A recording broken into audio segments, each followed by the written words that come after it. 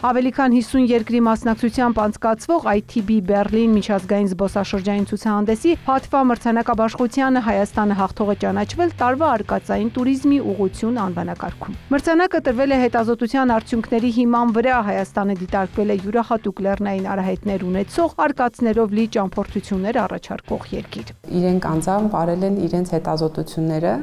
եւ այդ հետազոտությունների վրա հիմնվելով մենք իրականում ոչ մի ազդեցություն չենք ունեցել եւ չենք իմացել թե որ անվանակարգում են մեզ առաջադրելու։ Այսպես փակ եւ արդար ուսումնասիրելով մեր երկիրը, մեր կատարած աշխատանքը, մենք արժանացել ենք այս մրցանակին։ Ծովային հանգստից բացի հիմա տուրիստներին գրավում են նոր ու չբացահայտված ուղղությունները էկո, ագրո, գաստրո եւ էնո զբոսաշրջային ծառայություններով, ինչի հաշվին շատ երկրներ քայլարշավները դարձրել են վճարովի։ Արկածային զբոսաշրջությունը իր մեջ ներառում է բազմաթիվ ուղղություններ։ Դրանք կապված են եւ ծովային սպորտաձևերի հետ, որը շատ ակտիվ իմիջիայլոց հենց հիմա զարգանում է Սևանա լճում, սկսած սերֆինգից, ստենդափ բորդերից, սաբերից, մինչև Առագաստանավերը,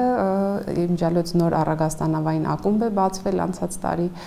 Սևանա լճում։ Ճիշտ է, մենք չունենք առանձին վիճակագրություն, թե զբոսաշրջիկն ինչի համար է գալիս Հայաստան, բայց որոշ առանձին տվյալներ ու միջոցառումներ պատկերացում են տալիս։ Օրինակ, անցած տարի քայլարշավային փառատոնին 300,000 մարդ է մասնակցել, իսկ որպես ներքին տուրիստ 1,200,000 տեղացի բացահայտել է մեր երկիրը։ Ընդհանուր առմամբ 2024-ին Հայաստան այցելած 2,200,000 զբոսաշրջիկների 40%-ը եկել են Ռուսաստանից, հաջորդում են Վրաստանը, Իրանը, Գերմանիան, Ֆրանսիան ու արաբական երկրները։ Նաև Իտալիայի զբոսաշրջության գերատեսչության ղեկավարի հետ միասին մենք քննարկեցինք այս հարցը եւ Տիկին Ալիսանդրան իր շնորհավորանքները եւ գոհունակությունը հայտնեց Հայաստանի այս հաջողությամբ, նշելով, որ եվրոպացիների համար իրականում Հայաստանը հենց այդպես էլ ասոցացվում է, որպես չբացահայտված եւ նոր էմոցիաներ, նոր զգացումներ ապրելու մի ուղղություն